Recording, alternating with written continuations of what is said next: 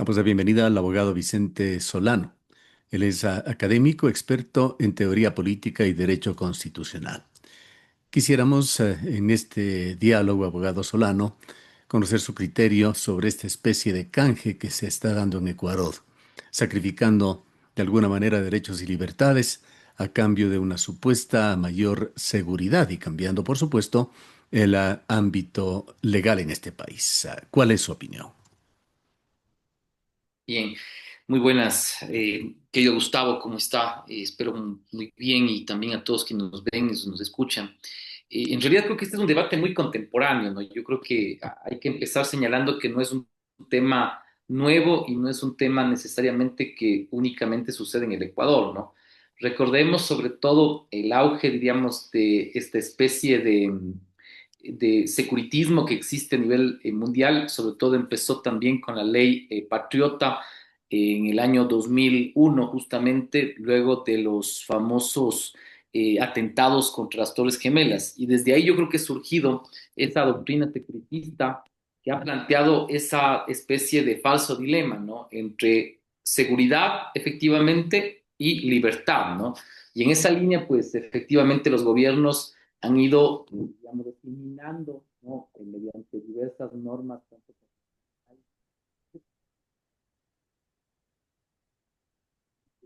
de cualquiera de los ciudadanos.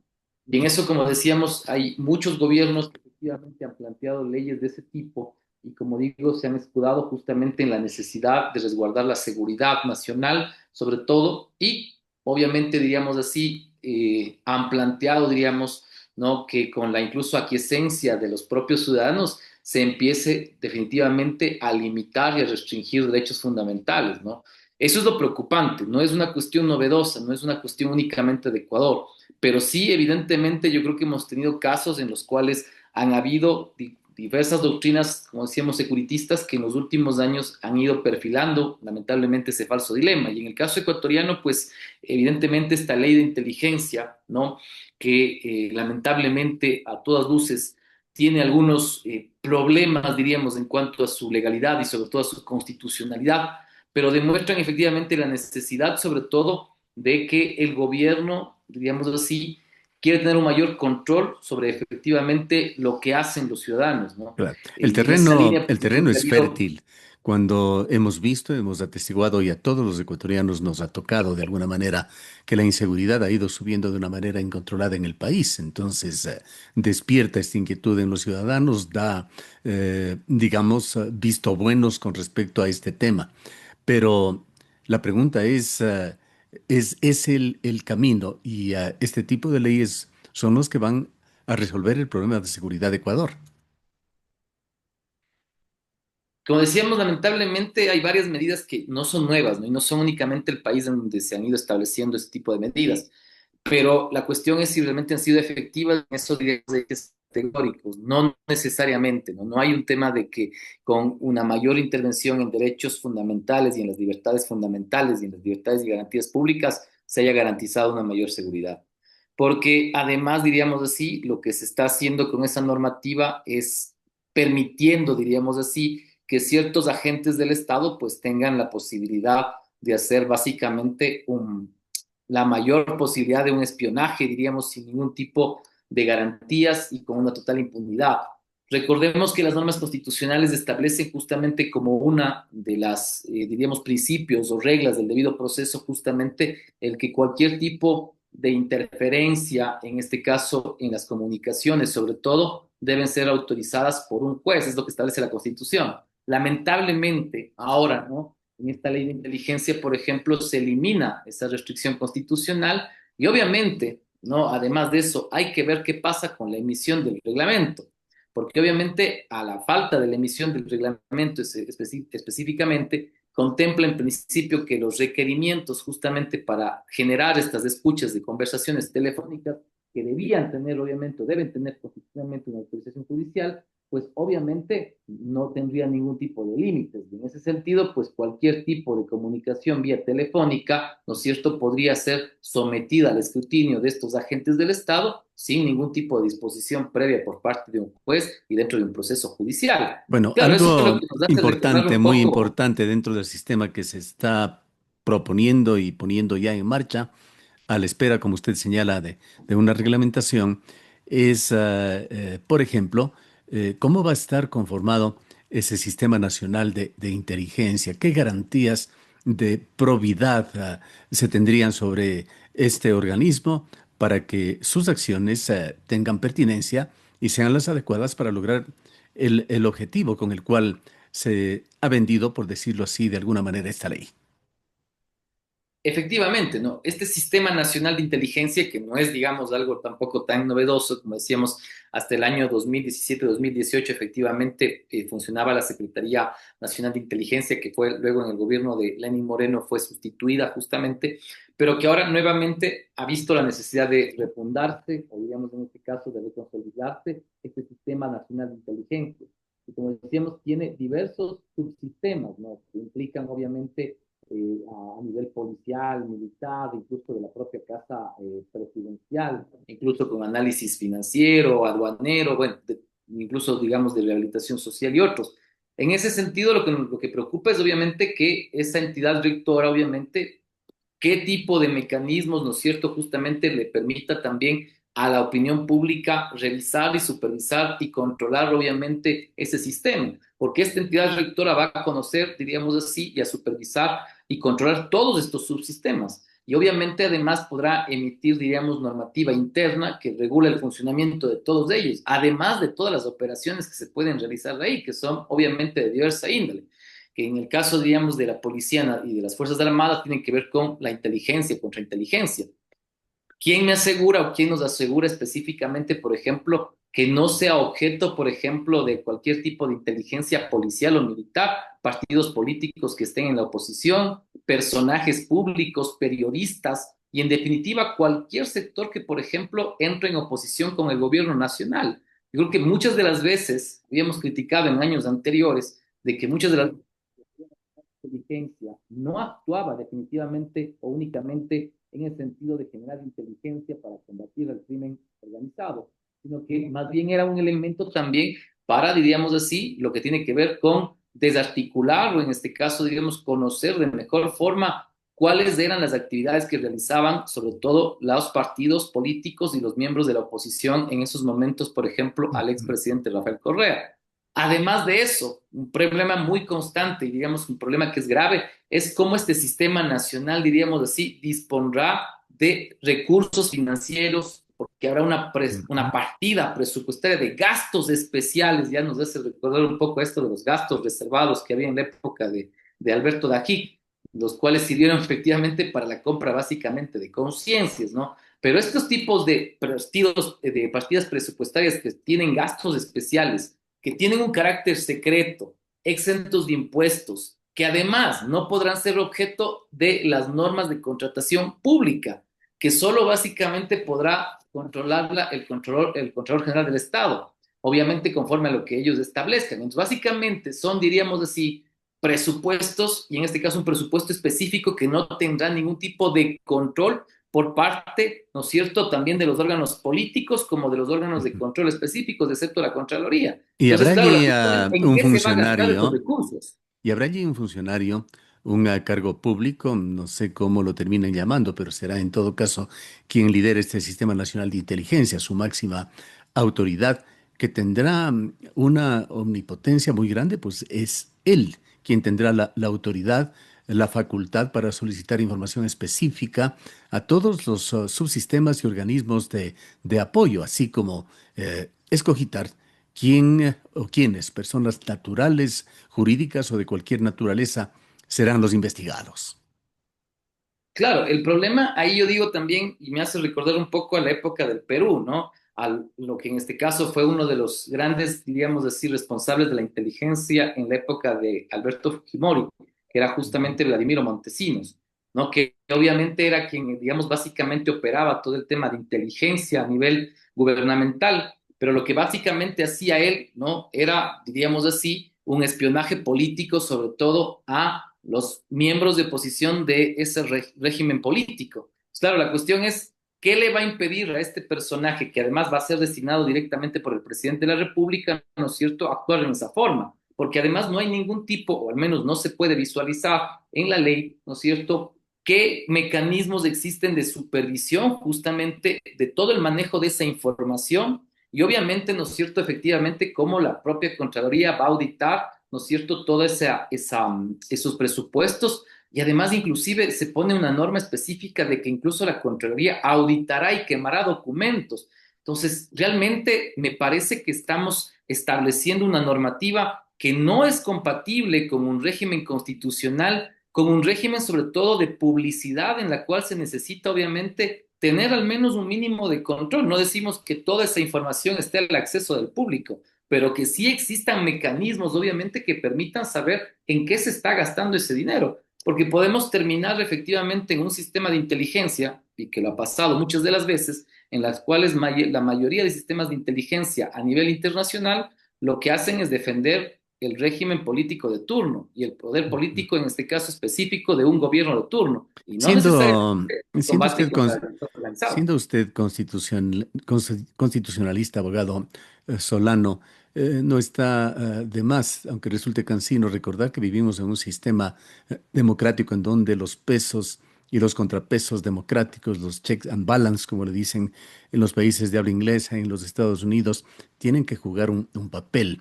¿Cuáles son los contrapesos que quedan más allá de aquellos que se los ha borrado, como por ejemplo el paso, el filtro que tendrían que pasar estos pedidos de investigación de llamadas telefónicas o de documentación a través de una corte?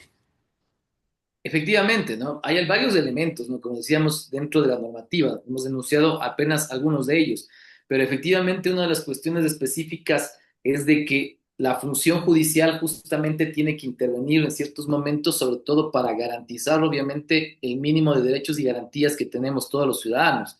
Para eso existen, obviamente, garantías jurisdiccionales y garantías de otro tipo, garantías normativas, pero lamentablemente, ¿no es cierto? Decimos, no respeta esas garantías normativas, esas garantías de primer orden, tenemos que obviamente acudir a las garantías de segundo orden.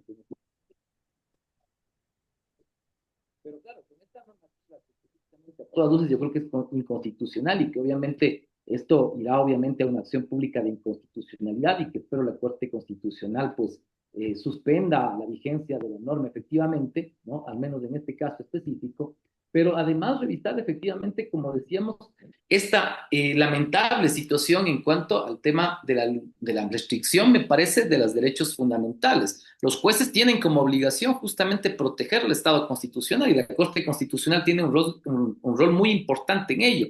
Es justamente esa objeción contramayoritaria que permita obviamente garantizar los derechos y libertades fundamentales de las mayorías o de las minorías. Y en este sentido, pues no es un problema decir simplemente, oiga, es que el que nada debe, nada teme. No es así. En un Estado constitucional se debe garantizar los derechos y garantías y libertades fundamentales por parte del Estado y obviamente por parte del gobierno. Y si no existe, obviamente, quizás esas limitaciones propias por parte del Ejecutivo y esa autolimitación, pues efectivamente quienes están llamados es la función judicial. Porque lamentablemente no vimos en la Asamblea Nacional que ya no existe, diríamos, en la práctica una oposición, ¿no? Yo creo que ahí es un tema obviamente ya muy político, ¿no? Pero lamentablemente no hay una oposición clara y tampoco me parece existir un debate mucho más profundo de lo que implica este tipo de reformas.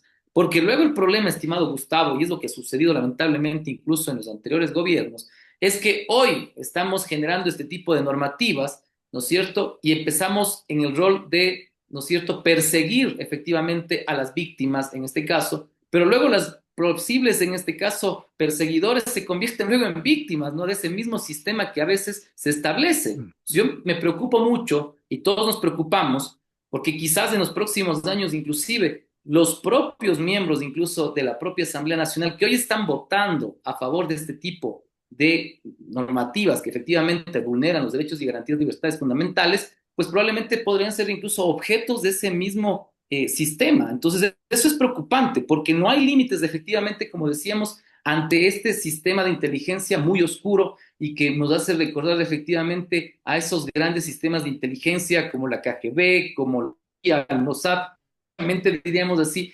funcionan, diríamos, en los límites de la legalidad y de la Ahora, legalidad. se ha dicho, y se ha dicho por parte de varios actores, de que hay una serie de artículos que riñen con la Constitución ecuatoriana, pero no hemos visto, no hemos conocido de una demanda de inconstitucionalidad. Quisiera preguntarle este tema de los filtros constitucionales, ¿cómo funciona en el caso de estas leyes? ¿Pasa ya por un examen previo, un proyecto de ley antes de ser aprobado por la Corte Constitucional? Si no lo ha hecho, ¿es una obligación de oficio de la Corte o tiene que ser excitada por algún actor, por algún ciudadano? Bien, en este caso, estimado Gustavo, pues evidentemente cuando ya ha sido aprobada, diríamos así, la normativa, en este caso de la ley de inteligencia, quien tenía la posibilidad, digamos, de vetarlo, en este caso objetar, diríamos, tanto parcial como totalmente, o incluso presentar la objeción por constitucionalidad, era el presidente Daniel Noboa. Pero Pero usted ¿cómo lo sabe va a que el hacer si presidente es su propio proyecto? Exactamente, el presidente Noboa básicamente no presentó observaciones al texto, entonces obviamente en ese sentido pues no va en este caso pues a objetar el proyecto y por lo tanto pues entra ya en vigor. Ahora la cuestión efectivamente como decíamos es que ahora entrando en vigor pues obviamente tendría cualquier ciudadano la posibilidad de presentar una acción pública de inconstitucionalidad, la cual en este caso debe ser tramitada por la Corte Constitucional. No es posible, eso sí, que la Corte Constitucional de oficio efectivamente haga ese control de constitucionalidad. Tendrá que alguien, en este caso específicamente, presentar la demanda y obviamente pues con ello empezar el trámite para justamente ver si es que cualquiera de estas normativas que están dentro de la ley de inteligencia pues es o no inconstitucional. Ahora bien, lo que yo le decía, Habría, una cuestión importante es, estimado Gustavo, la cuestión de que se debería pedir aparejado a la demanda de la acción pública de inconstitucionalidad la posible medida cautelar de suspensión de la vigencia de la normativa, porque eso quiere decir que básicamente, ¿no es cierto?, ya entra en vigor y por lo tanto, pues diríamos así, de inmediato se empezaría pues a germinar este sistema nacional de inteligencia y obviamente también aplicar toda la normativa en cuanto a la cuestión de las comunicaciones, la intervención de comunicaciones y todo ello. Inclusive, diríamos así, a la espera del reglamento que específicamente debería regular de mejor forma todo lo que implica esta ley de inteligencia. podría tomar esta acción cualquier ciudadano. ¿Hay, desde el punto de vista legal o moral, algún orden de prelación en cuanto a quién o qué institución debería o podría hacerlo? Me parece que evidentemente si es que hay todavía, diríamos, un grado de mayor independencia, pues inclusive, pues, diríamos así, instituciones deberían efectivamente presentar la acción pública de inconstitucionalidad. Se debe ver efectivamente de instituciones como la Defensoría del Pueblo, pero además de ello los propios gremios incluso de periodistas, ¿no, estimado Gustavo? Me parece que cuando se presentó en el año 2012, 2013, varias acciones públicas de inconstitucionalidad contra la Ley de Orgánica de Comunicación, justamente se señalaba que muy probablemente algunas de estas normativas podían ser justamente limitadoras del ejercicio de Claro. sobre todo el Hay, derecho a la por el información como momento, al menos una carta pública ya de Fundamedios señalando las falencias de esta ley y la amenaza hacia la libertad de expresión. es que específicamente, estimado Gustavo, la cuestión es que incluso esta norma me parece mucho más violatoria, diríamos así, de derechos, sobre todo en el ejercicio de los periodistas, porque aunque la otra norma especificaba algunas cuestiones como linchamiento mediático, como el ejercicio obviamente de responsabilidad ulterior, en este caso, pues obviamente no estaría a salvo ningún comunicador de que cualquier tipo de información que reciba por cualquier, en este caso, medio que sea telefónico de otro tipo, pueda ser en este caso intervenido y con lo cual se pueda conocer directamente las fuentes directas justamente de la información. Por lo tanto, obviamente la protección de las fuentes queda muy debilitada y además, obviamente, el ejercicio de cualquier tipo de comunicación en cuanto a cualquier tipo de información que reciba por parte del periodista. Yo digo, el problema no es solamente pensar, en eso hay que ser claro, estimado Gustavo, que no hay que pensar en que este tipo de sistema de inteligencia única y exclusivamente se va contra los delincuentes. Este tipo, obviamente, de sistema que se ha establecido y con estas reglas específicas pueden ir contra cualquier tipo de ciudadano. Y yo creo que en la historia hemos visto que lamentablemente darle ese tipo de poder a ciertas secretarías oscuras que además no se responsabilizan en mayor forma incluso de los gastos y inclusive se habla de crear en este caso posibles identidades ficticias en el registro civil para los agentes del Estado. O sea, al final de cuentas nos deja, diríamos, en cierto grado de mayor indefensión a los ciudadanos y ciudadanas. Yo creo que eso es lo importante, ¿no? Discutir justamente que este tipo de normativa no es que únicamente va a ser para los delincuentes, sino es para cualquier persona. Y yo creo que eso deberíamos todos y cada uno de los ciudadanos estar preocupados, porque eso implica que nuestras comunicaciones están siendo vigiladas muy probablemente por el gobierno nacional. Un Entonces, yo tema creo que final, es abogado realmente un Solano. tema muy complejo ante la ¿Estos situación. cuerpos legales se han hecho y están creados para quedarse o tendrán alguna característica de circunstancialidad una vez que se supere, que todos esperamos y para eso se está apostando, incluso aprobando, incluso actuando de alguna manera políticamente en Ecuador, apostando a que el Estado finalmente pueda sobreponerse, pueda triunfar sobre la delincuencia, sobre la narcodelincuencia que se ha tomado el país? Bien, yo le daría una pregunta de vuelta, estimado Gustavo, y a todos. ¿Quién nos asegura que dentro de ese sistema de inteligencia no existe efectivamente la infiltración de los grupos de delincuencia organizada? Quizás podemos tener a los mismos grupos de delincuencia organizada infiltrados en esa Secretaría Nacional de Inteligencia, obteniendo datos inclusive del propio Estado, incluso advirtiendo de las posibilidades de las acciones que vayan a generarse por parte de las instituciones del Estado en contra de sus grupos de delincuencia organizada. Yo decía varios casos, ¿no? El caso Vladimiro Montesinos y otros, que son casos en los cuales efectivamente la inteligencia al final terminó siendo corrompida. Y claro, la Secretaría de Inteligencia y la inteligencia actuaba básicamente para el servicio de una persona y nunca en este caso tampoco para la seguridad interna o Claro, y externa. hay casos contemporáneos como el del señor Bukele, por ejemplo. A través de investigaciones periodísticas se ha demostrado esa connivencia que tuvo, por lo menos en los orígenes de su cruzada antipandillas con las propias pandillas. Y exclusivamente me parece que ese es un tema, ¿no? Yo creo que lamentablemente no hay una cierta coherencia en ciertas políticas y yo decía, bueno, está muy bien en este caso si es que el gobierno cree que no es necesaria una tabla de consumo, por ejemplo, de drogas, pero luego después de un año y medio que se derogó, nuevamente entramos en la discusión hacia generar una nueva tabla de consumo. Entonces, el problema, me parece, estimado Gustavo, tiene que ver necesariamente, como decíamos, con la intervención legislativa y del presidente en cuanto a la proporcionalidad que debe existir en la generación de este tipo de medidas y no caer tampoco en un discurso de un populismo penal y de obviamente medidas que podrían suponer, diríamos así, que entre comillas van a ayudar a combatir la inseguridad, pero al final de cuentas me parece si tenemos un Estado que ha sido, diríamos así, ya básicamente no sometido, pero sí efectivamente infiltrado por parte de los grupos de delincuencia organizada, ¿qué nos asegura efectivamente que el nuevo Ujú. representante de la Secretaría Nacional de Inteligencia, que dice que tendrá que hacerse pruebas de confianza, ¿no? ¿En qué consisten esas pruebas de confianza, ¿no? Porque al final de cuentas, esta persona probablemente va a manejar los datos de todo el país, ¿no? Entonces, ¿cómo podemos confiar en una persona que efectivamente va a controlar esta información?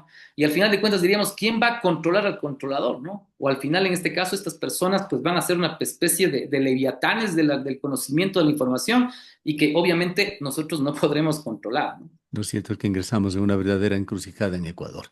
Queremos agradecerle mucho por haber estado con nosotros. Muchísimas gracias, Gustavo. Declaraciones del abogado Vicente Solano, PhD. Él es académico, experto en teoría política y derecho constitucional.